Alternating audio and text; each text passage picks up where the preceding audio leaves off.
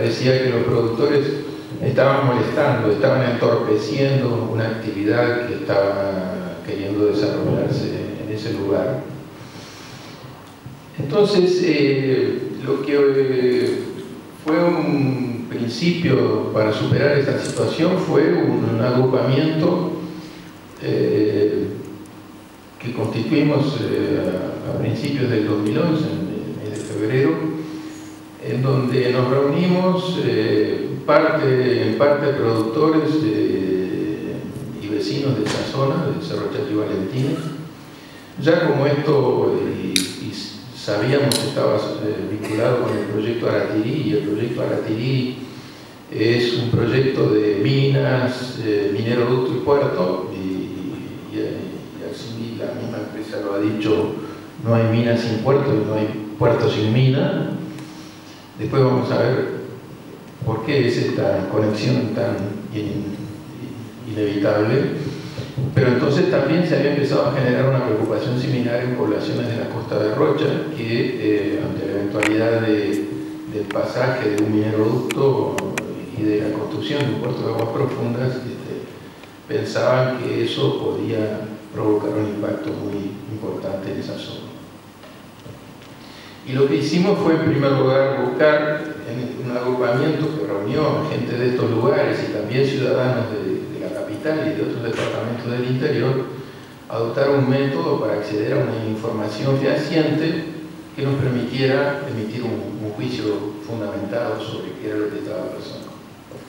Utilizamos la Ley de Derecho de Acceso a la Información Pública y solicitamos acceso a los expedientes presentados por la empresa, fundamentalmente en la Dirección Nacional de Medio Ambiente.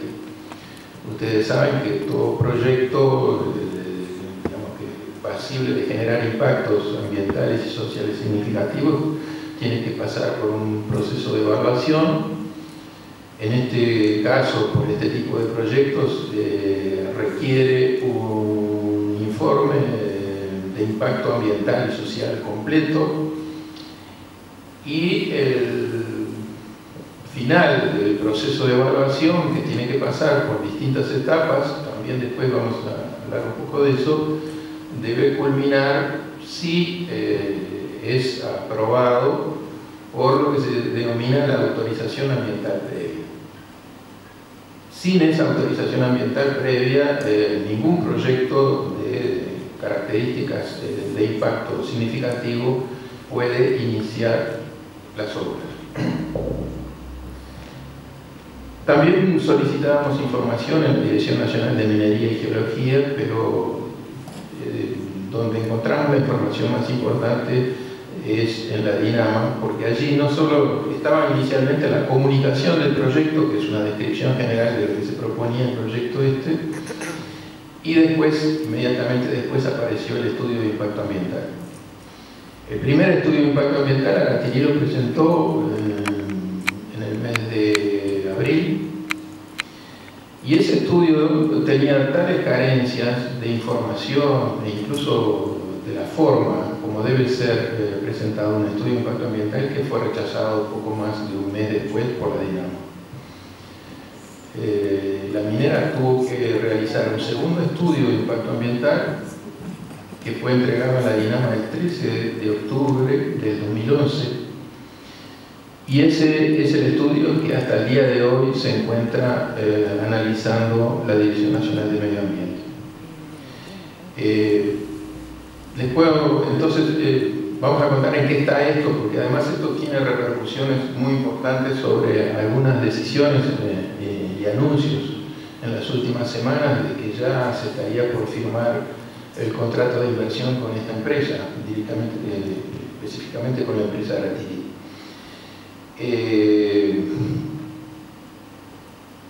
Nosotros hemos seguido regularmente, cada 1 o 2 meses, la evolución de ese expediente, y podemos decir que ese expediente está lejos de ser aprobado, que hay partes significativas del proyecto que están pendientes de información por la propia empresa. O sea, aunque la DINAMA quisiera agilitar el procedimiento y tomar una decisión para justamente en primer lugar porque hay informaciones pendientes de la empresa.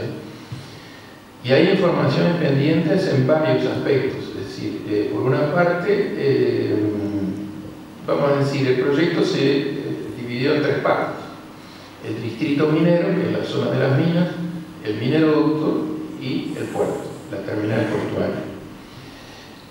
A raíz de que a cierta altura, posterior a la presentación del estudio de impacto ambiental de la TIRI, en el Poder Ejecutivo se designó una comisión interministerial para determinar la localización del puerto de aguas profundas en la costa de Rocha, y que la localización elegida fue el sitio del Palenque, que es, digamos, un sitio de la costa un poco más arriba de la Pedrera, yendo hacia el norte y hacia el este. Y ese es el lugar que después fue, digamos, formalizado por la habilitación del puerto de aguas profundas, que, como dicta la Constitución, tiene que ser una habilitación por ley. Y entonces fue el Parlamento que adoptó esa ley y confirmó ese lugar. Resulta que como el proyecto inicial presentado por Arretiri en la Dinama localizaba la terminal portuaria en la playa de la Angostura, la playa de la Angostura está mucho más arriba, está situada, para más o menos los que conocen la costa de Rocha, a mitad de camino entre la Esmeralda y Punta del Diablo. El diseño del mineroducto y de la terminal portuaria estaban definidos para esa localización. En función de que, con la decisión de la Comisión Interministerial, la habilitación parlamentaria del puerto de aguas profundas, se designó que el local sería el Palenque, eso inevitablemente trae como consecuencia que la minera debería presentar un nuevo diseño del desarrollo del mineroducto y la terminal portuaria adecuado a esa nueva localización. O sea, estas son las dos partes finales del proyecto que hasta las pocas semanas atrás que nosotros dimos a ver el expediente, esto no estaba presentado en la Dinama. Estas dos partes enteras del proyecto. Y en lo que se refiere al distrito minero, en todo este tiempo, desde octubre del 2011 hasta ahora, la Dinama ha estado realizando un intercambio, se le puede llamar un diálogo, en el sentido que es lo habitual, en donde los técnicos de la Dinama solicitan informaciones adicionales a las que estaban contenidas en el informe, por considerar que no eran suficientes o que era necesario digamos, analizar otros aspectos que en el informe podían no estar. Y también a la altura de un mes atrás más o menos, la Dinama llevaba realizadas unas 18 solicitudes de información adicional y la empresa más o menos había respondido una decena de esas solicitudes, o sea que también en el expediente estaban pendientes de información por la empresa partes del proyecto en el distrito minero. Fíjense que para evaluar en qué estado se encuentra el expediente para llegar a la solicitud, a la autorización ambiental previa, esta solamente es una primera parte, una parte preliminar, donde simplemente los técnicos de la Dinama dicen si el informe es aceptable, pero no es la aprobación del informe. Después de que se determina que el informe es aceptable, quiere decir contiene las informaciones suficientes para evaluarlo, entonces en el procedimiento legal establecido viene después lo que se llama la puesta de manifiesto. La puesta de manifiesto es que se debe hacer un informe resumen del estudio de impacto ambiental que se pone a disposición del público. Hay un plazo, dentro de ese plazo se pueden hacer comentarios, críticas por escrito o por otros medios del público en general, o cualquier entidad de la sociedad. Después de la puesta de manifiesto vienen las audiencias públicas, y digo audiencias públicas porque naturalmente este proyecto debe tener más de una, por la vastedad de las zonas que atraviesan las instalaciones del proyecto, y recién después de las audiencias públicas es que debe venir el dictamen del Ministerio, en este caso de Vivienda, Ordenamiento Territorial y Medio Ambiente, diciendo si acepta o no la propuesta. Bueno, el hecho es que vamos a hablar ahora un poco más del tema de minería. Este proyecto, que es el que está en el centro de la mesa, de hecho es el proyecto de gran escala o de mega minería, como solemos decir, que ha aparecido en el país y que está justificando una discusión a fondo, que en mi criterio recién empieza, sobre cuál es el significado, cuál es la importancia, cuál es el valor y el beneficio para nuestro país de la instalación de proyectos de estas características.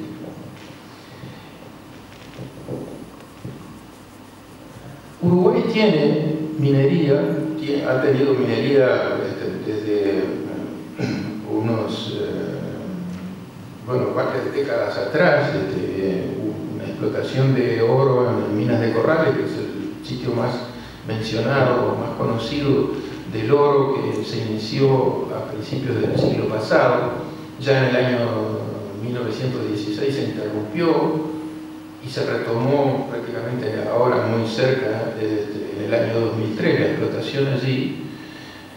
Y por prospecciones, por estudios que se hicieron a lo largo del siglo pasado, se estudió bastante exhaustivamente cuáles son las reservas minerales que puede tener el Uruguay. Un libro clásico del profesor Pozzi, profesor de Geología de la Facultad de Agronomía, dedicado a las reservas minerales del Uruguay, ha estado siempre presente y ha sido además actualizado por lo menos hasta el año 2000, que creo que es la última versión que nosotros disponemos. Y el hecho es que Uruguay no es un país de grandes reservas minerales. O sea, Uruguay, las características del subsuelo son en metales, además. Estamos hablando exclusivamente de los metales. Las reservas metalíferas del Uruguay son de pequeños yacimientos y pobres en el tenor. El tenor quiere decir la proporción del metal que está dentro del mineral. En el hierro hay dos yacimientos, fundamentalmente. El yacimiento más importante relativamente es el yacimiento de Valentín y Cerro Chaco, y hay un segundo yacimiento en Rivera, en la zona de Zapucay, pero ya de unas dimensiones unas 10 veces menor. Estos dos yacimientos tienen características similares en cuanto al mineral. Es magnetita.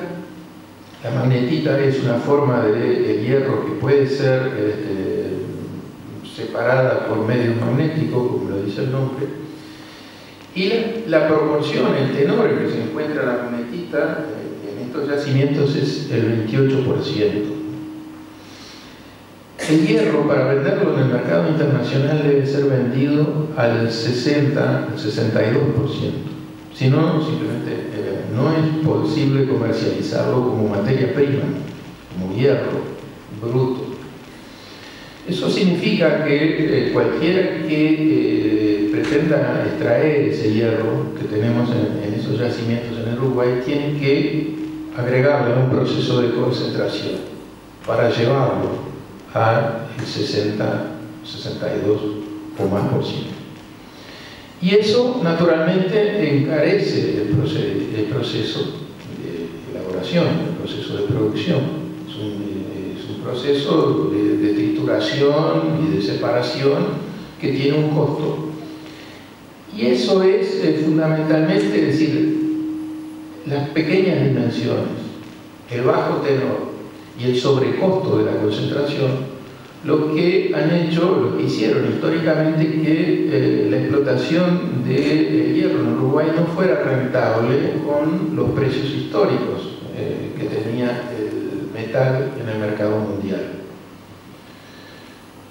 ¿Por qué entonces ahora han aparecido estos proyectos y hasta parece, si uno se descuida, que descubrimos ahora que tenemos hierro en pila o que hay una gran riqueza mineral? En realidad acá están ocurriendo algunos fenómenos que no son digamos, originarios de este país, sino de la situación de la economía mundial y en particular del mercado de los metales.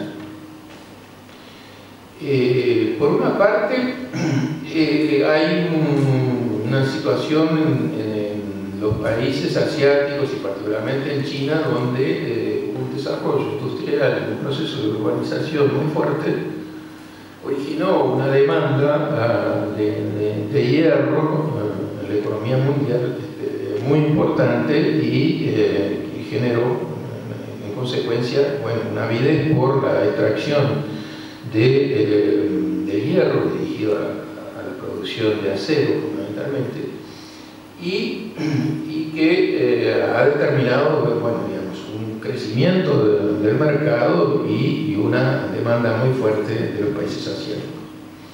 Por el otro, el hecho de que la economía mundial está manejada, como ustedes deben saber, por el capital financiero internacional, y el proceso de la economía está muy afectado por lo que se denominan las burbujas especulativas.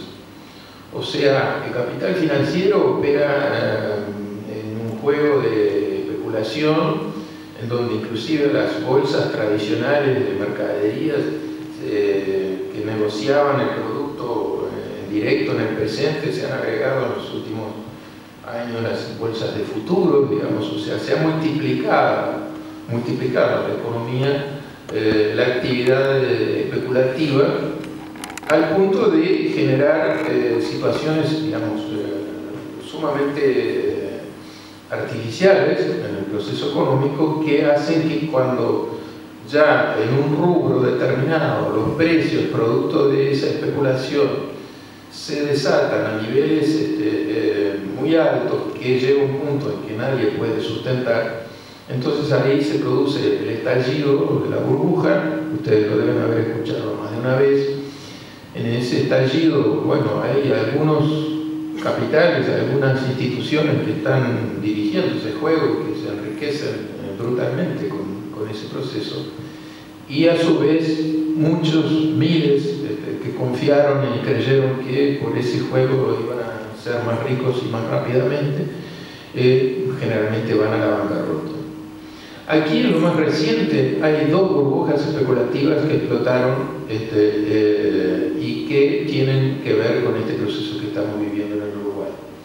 Fue una burbuja inmobiliaria en España, especulación con bienes inmuebles muy fuerte en España, y la burbuja de los paquetes de títulos hipotecarios en los Estados Unidos, los papeles basura se le ha llamado también, que tuvo tales dimensiones que llevó inclusive a la bancarrota, a la disolución de algunos de los bancos de inversión más importantes de ese país. Y que han determinado en esos países, y con secuelas en otros que están vinculados con estos países, bueno, la crisis económica en general por la que estamos atravesando a escala mundial, y de la cual particularmente estos dos países que sufrieron esos estallidos no se han recuperado plenamente hasta el día de hoy. Generalmente cuando estalla una burbuja en un rubro, lo que sucede es que esos capitales simplemente se trasladan para otro rubro, buscan otro lugar donde poder iniciar y desarrollar el mismo juego. Y entonces, en este caso, hay un desplazamiento notorio hacia las materias primas y los metales. Entonces, fíjense que entre enero del 2008 y febrero del 2011, o sea, 3 años nada más, el precio del hierro se multiplicó por 5. Es decir, el precio del hierro a fines del 2007, principios del 2008, estaba a $36 la tonelada, en febrero del 2011 llegó a 187 dólares la tonelada, casi 5 veces más.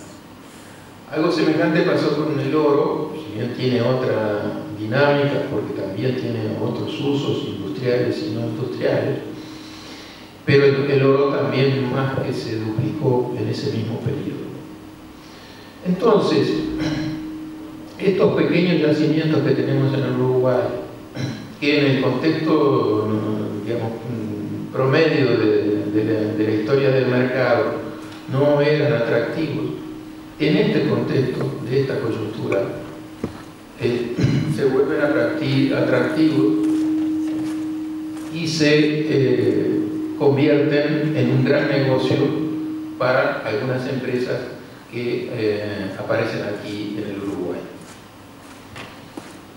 Las coyunturas especulativas, como se les llama, son cortas, son de corta duración. Es decir, estos periodos de gran alza de los precios en un rubro tienen una duración estimada en los estudios económicos y bueno, digamos, en esas coyunturas se desata, digamos, crece y se multiplica todo el proceso de la especulación en torno a esos rubros. La empresa Aratirí, que cae aquí en el Uruguay, es una empresa típica de una coyuntura especulativa con los metales, que en la minería tienen un nombre, además se les llama empresa junior, joven, quiere decir, son empresas pequeñas, de corta vida, de corta duración, que operan justamente en medio de esta coyuntura, generalmente armando proyectos, obteniendo las autorizaciones correspondientes y trasladándolos, transfiriéndolos, vendiéndolos. Fíjense que un poco de la historia de esta empresa se crea en el año 2005, en el año 2007 aparece en el Uruguay, en el año 2010 se está proponiendo la inversión más grande en la historia del Uruguay, que hoy llega a 3.000 millones de dólares en sus declaraciones. Empezó siendo de 1.500 millones y siguió subiendo y ahora es de 3.000 millones de dólares.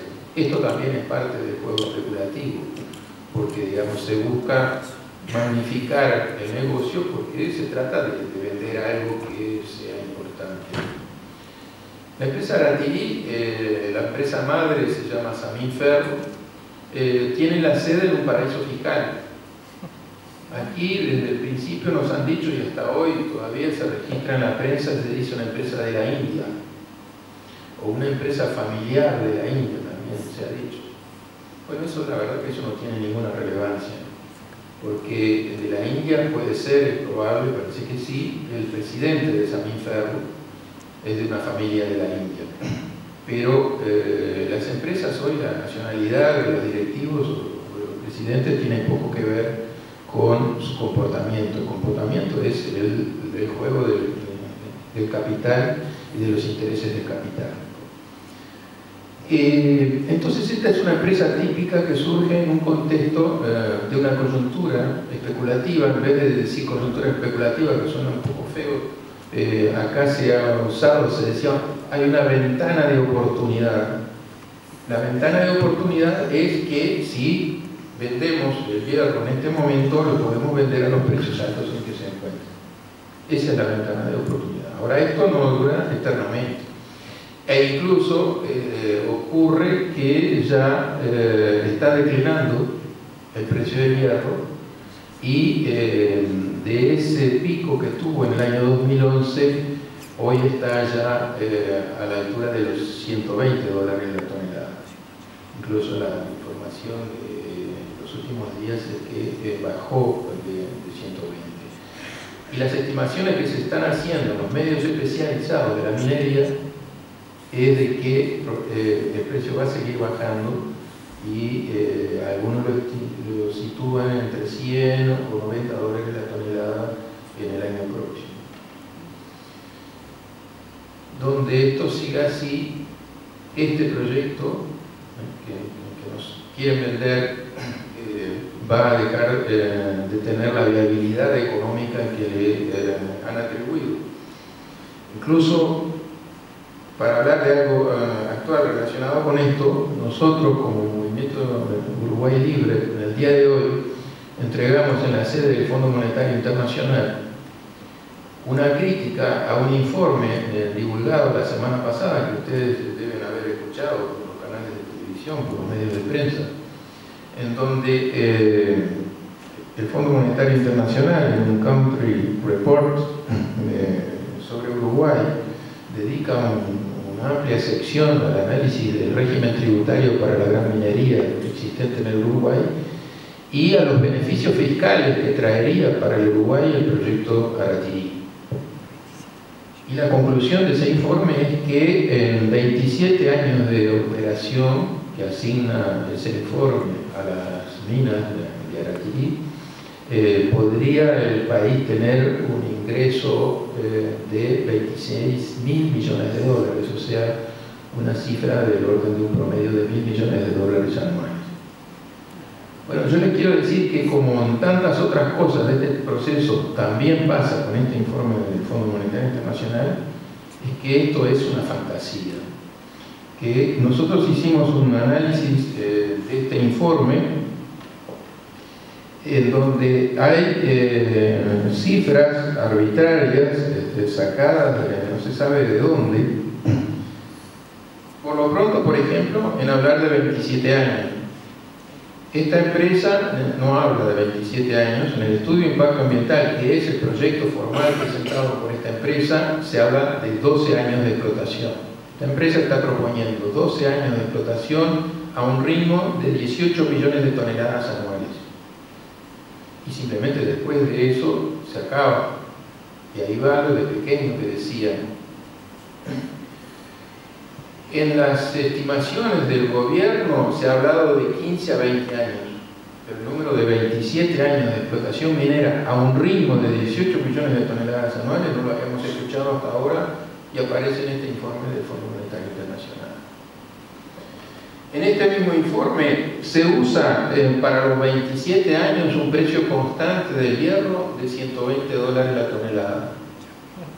Bueno, los estudios del mercado no justifican que el precio del hierro vaya a ser de aquí a los próximos 27 años constante a $120 la tonelada. Y después otras cosas más, donde este informe del Fondo Monetario incluso ignora las leyes que tenemos en el país, inclusive la última ley relacionada con esto, que es la ley de minería de gran porte, que fue discutida en estos últimos años y sancionada en septiembre del año pasado, porque, por ejemplo, esa ley habilita aquel canon. ¿Qué es el canon? Las mineras pagan dos cosas: el canon y los impuestos. El canon es la parte del mineral que nosotros le cobramos por llevarse el mineral. O sea, acá la riqueza es el mineral. La concesión a una empresa para que lo explote es para que se lo lleve y se apropie de él. El canon es la parte de esa riqueza que se le cobra por entregárselo. Por la ley uruguaya, el canon es el 5%. Aparte de esto, la empresa debe pagar los impuestos que tiene que pagar como cualquier actividad económica comercial. Bueno, la ley de minería de gran porte habilita que a esta actividad se le van a cobrar dos impuestos: el impuesto a la renta, un impuesto adicional, que se llama adicional del IRAE, el impuesto a la renta, para el caso que ese tipo de situaciones que estamos viviendo, de que los precios estén por encima de la media histórica, pero en un artículo específico de la ley de minería de gran porte se habilita a descontar el canon del adicional del IRAE. Por cierto que eso para nosotros es una de las tantas concesiones que tiene esa ley a esta actividad minera y a esta empresa en particular. ¿Esto qué significa? Que no le cobramos canon. O sea, si le permitimos a la empresa que descuente el canon de un impuesto, quiere decir que a la empresa le estamos entregando el 100% del mineral. Pero bueno, este informe del Fondo Monetario desconoce eso, parece que no estudiaron la ley, y entonces para demostrar, entre comillas, que aquí hay una ganancia extraordinaria por parte de la explotación, de la empresa que se encarga de la explotación de este mineral, y que a su vez eso va a redundar en beneficios fiscales extraordinarios para el país, suma, en vez de restar, el adicional del IRAE con el canon y con el IRAE. Bueno, yo les cuento solo esos tres, son errores garrafales de un informe que acá circuló la semana pasada, como bueno, es la voz del Fondo Monetario Internacional, la organización internacional que aconseja a los gobiernos las conductas a seguir, y que lamentablemente además inmediatamente algunas autoridades de nuestro gobierno lo tomaron como válido y dijeron: no podemos dejar no podemos no permitir que esto ingrese al país, no podemos renunciar a estos beneficios. Pero es parte de este proceso en donde yo, por eso repito, la discusión o el debate sobre este tema recién está empezando, porque todavía estamos en una nebulosa de informaciones contrapuestas y variables dentro de las mismas fuentes, porque digamos del propio gobierno las fuentes según cuáles son dan informaciones distintas. En la semana anterior, en el mismo momento que el presidente de la República estaba diciendo que íbamos a recibir unos $1.000 millones por la explotación de Aratini, el ministro de Industrias, Kreutzmann, en el Parlamento, en la comparecencia de la Comisión General, dijo que se recibirían 400 millones. Bueno, ¿cuál es la cifra? Hay una diferencia significativa entre 400 y 1.000 millones. Es decir, uno no puede dejar de decir que esta variabilidad es un elemento, digamos, que a uno le permite pensar que o hay una gran confusión o hay, es decir, muy poca seriedad en lo que se está haciendo, en la forma como se está haciendo. El caso que yo les decía de cómo es esta empresa, que es el interlocutor más importante, es el interlocutor que tiene el gobierno para decidir sobre este proyecto de esta envergadura. Esta empresa hizo lo que yo decía que hacen estas empresas, lo hizo en Brasil en estos últimos años. Hay una mina en Brasil que se llama Bahía Mineração, una empresa minera. A Samim Ferro la compró, la adquirió de un tal Cavalcanti, un brasileño minero, la compró y en el desarrollo del proyecto gastó $300 millones, y a la altura que poco después de que obtuvo las autorizaciones correspondientes, en ese caso no era un mineroducto, sino que era una vía férrea hasta un puerto en la costa atlántica de Brasil, lo vendió el 100%, y son cifras que están en la prensa especializada en minería. Nosotros no estamos inventando ni el producto de una investigación secreta o reservada. Lo vendió por $1.000 millones. Se dan cuenta del tipo de negocio extraordinario que es esto, que es lo característico de, repito, estas coyunturas especulativas. Bueno, entonces el tema central para nosotros es el siguiente. Uruguay es un pequeño país que tiene un ecosistema privilegiado en el planeta, privilegiado por los recursos de la tierra, la fertilidad de la tierra y la irrigación, el agua que tiene. Es uno de los pocos ecosistemas con esas características que hay en el planeta. La minería a cielo abierto de yacimientos pobres, como son estos, como son también los de oro, después con Carlos van a ver más concretamente el caso del oro, es una actividad depredadora, digamos, que tiene que retirar en primer lugar la capa del suelo fértil, y después provoca básicamente lo siguiente. Es decir, se realiza un cráter, es decir, la minería a cielo abierto tiene que quebrar la roca, se quiebra por medio de explosivos, y se extrae el mineral por excavadoras y camiones gigantescos desde un cráter que se va profundizando y que se va ampliando. La propuesta de Aratiri son 5 cráteres, 4 cráteres con una boca de 100 hectáreas, eso significa 1 hectárea de lado por otro un kilómetro de lado, perdón, por otro kilómetro.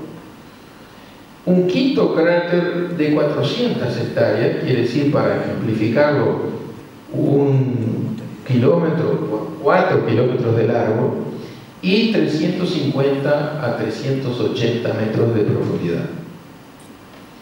El proceso de extracción, así muy brevemente, consiste en lo siguiente. Se extrae la roca, hay 3 allí elementos en el subsuelo: la roca, la veta del mineral y el metal que está adentro. En la boca del cráter hay un primer proceso de separación, que es la roca del mineral. Ese proceso se hace en la boca del cráter y entonces, en consecuencia, al lado del cráter queda una montaña de roca o de estéril, roca estéril, que le llaman así. Por las características de nuestras reservas mineras, porque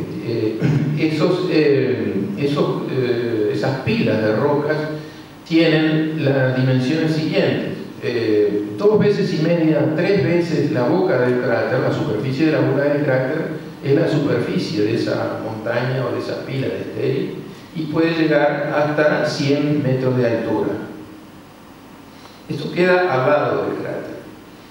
Del cráter, una vez hecha la separación, se lleva el mineral a la planta donde debe ser realizado el proceso de concentración. Allí en esa planta se tritura a nivel de convertirlo en polvo, se combina con agua y entonces por unas centrífugas y allí interviniendo también el magnetismo se produce la separación y la concentración del hierro.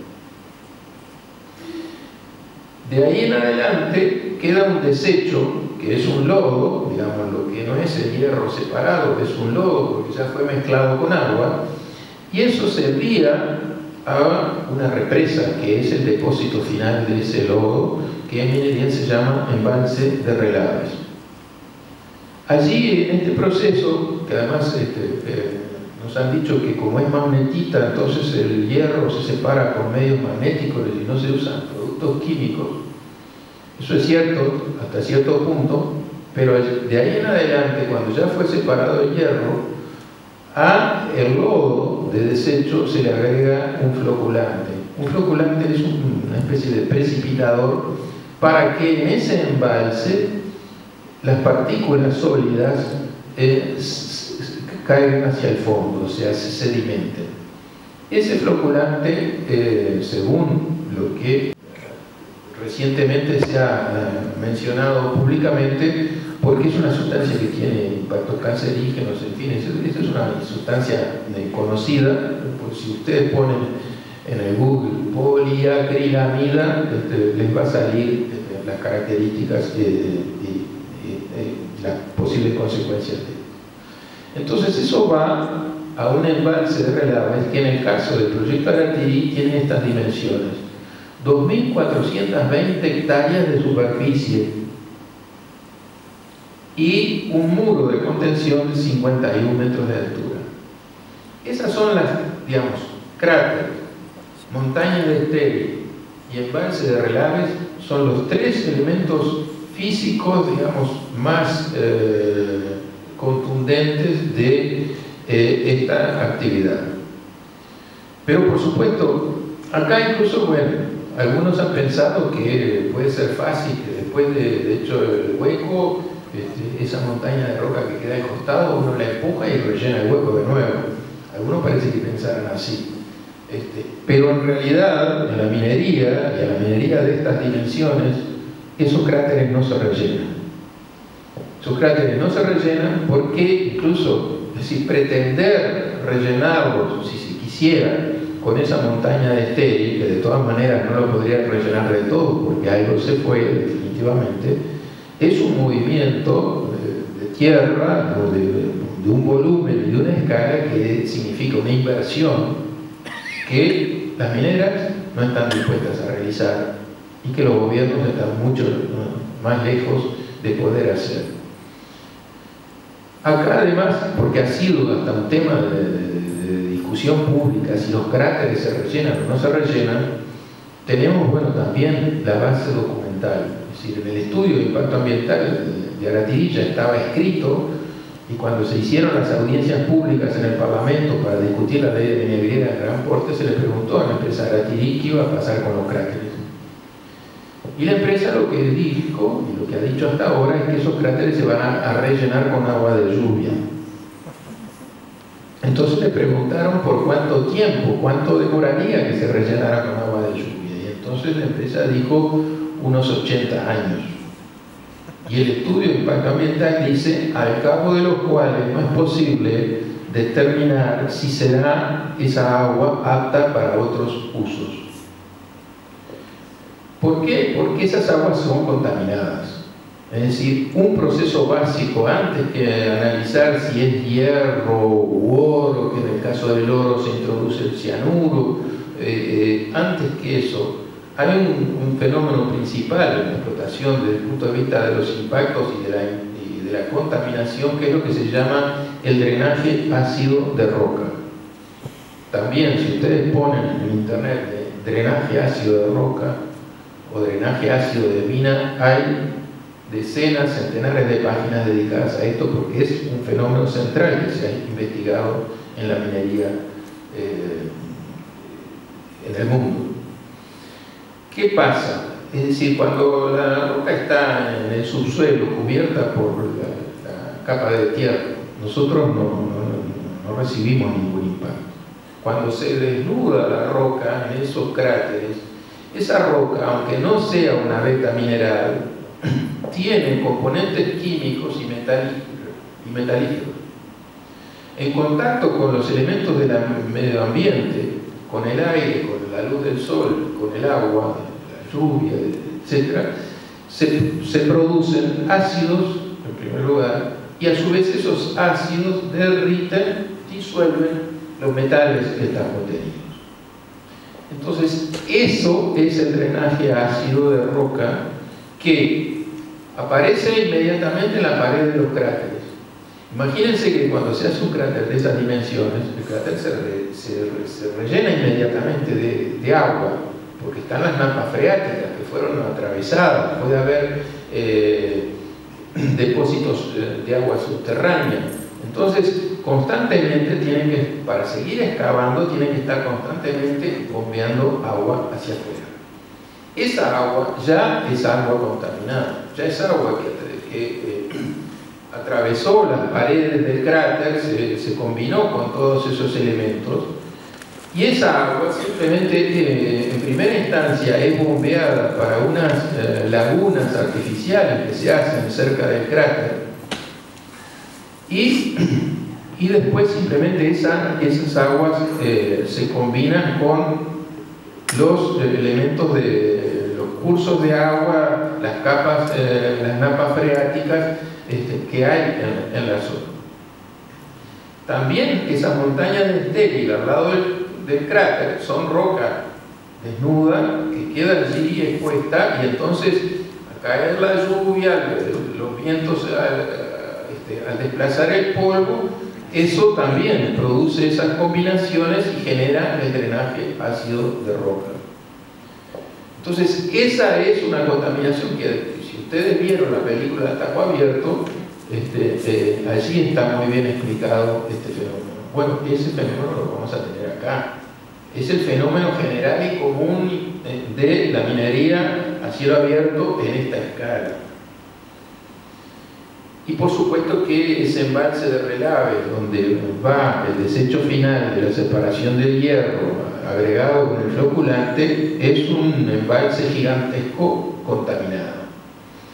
No se puede decir que los impactos de estos son cercanos, como también es otro tema de polémica. Bueno, ¿cuál es la superficie? Porque nos dicen, bueno, pero si al final esto, ¿cuánto va a ser en la superficie del Uruguay?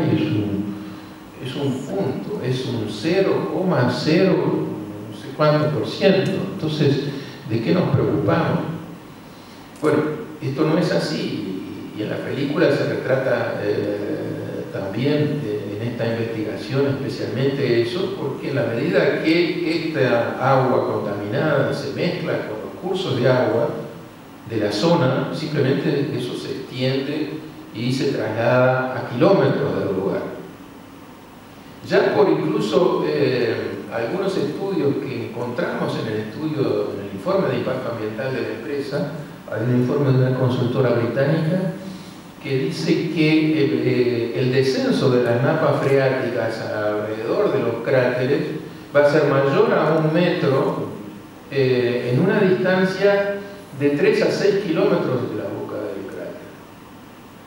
Y que la contaminación por infiltración del suelo del embalse de Relaves también va a hacer un impacto de una distancia de 3 a 6 kilómetros de los bordes de esa instalación. Eso lo encontramos dentro del propio estudio de impacto ambiental de Aratilí.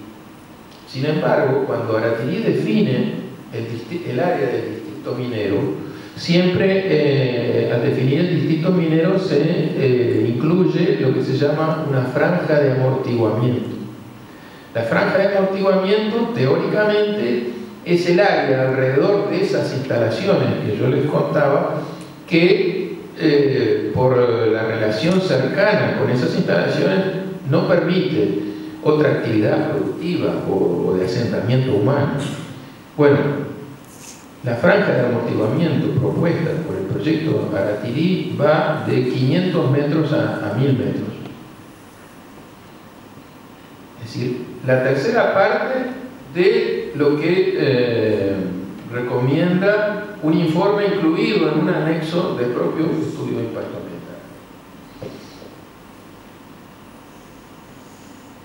Bueno, nosotros, esto es muy amplio y bueno, corremos el riesgo de hablar demasiado.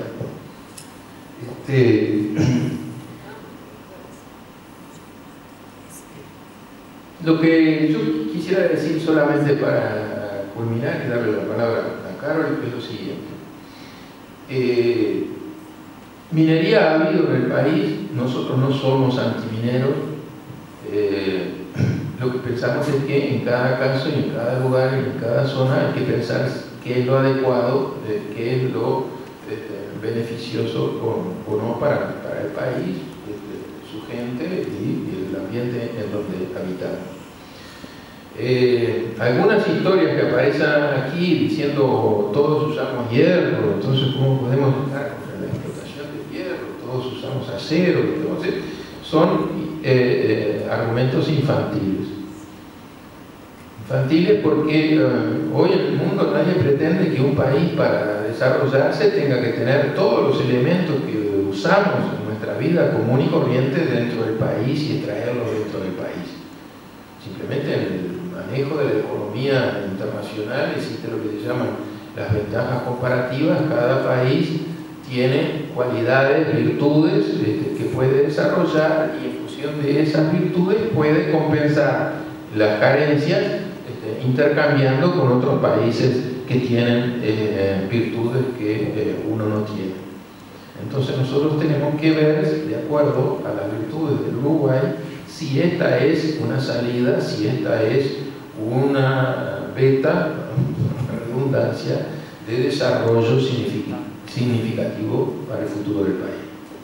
Por las características de los yacimientos, estos son proyectos de corta duración, que además en el caso concreto se justifican solamente como negocio y para una empresa con estas características por esta coyuntura especulativa internacional. Para el país, un proyecto minero, una extracción mineral que de 12, 15, 20 años o 25 años, eso no es una perspectiva estratégica. Eso no es diversificación de la matriz productiva del país, porque sencillamente al cabo de ese tiempo lo que habremos conseguido simplemente es dejar una parte del territorio devastada. Los impactos de la minería a cielo abierto con estas dimensiones nosotros no los tenemos que inventar. También, si ustedes ponen minería de hierro, de oro, a cielo abierto, van a encontrar listas, digamos, repetidas de cuáles son los impactos de esta actividad en el mundo. Hay actividades de estas características en otros países de la región, en Chile, en Perú, en Bolivia, pero son países que, por una parte, tienen una riqueza mineral extraordinaria, o sea, que han explotado por siglos y que van a poder seguir explotando por siglos esa riqueza mineral. Lo realizan en áreas semidesérticas o desérticas, como en la cordillera o en el desierto de Atacama, aunque aún, como vieron en la película Tajo Abierto, hay zonas de altura en donde hay actividad productiva, donde hay actividad agrícola. Bueno, imagínense hacerlo aquí, que estamos en el llano y en el medio de la pampa húmeda.